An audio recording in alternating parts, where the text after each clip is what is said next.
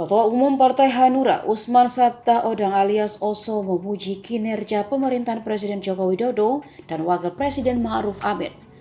Pujian itu disampaikan Oso di hadapan Presiden Jokowi dan Wapres Ma'ruf Amin yang turut hadir dalam perayaan hari ulang tahun ke-16 Hanura di JCC Jakarta Rabu 21 Desember.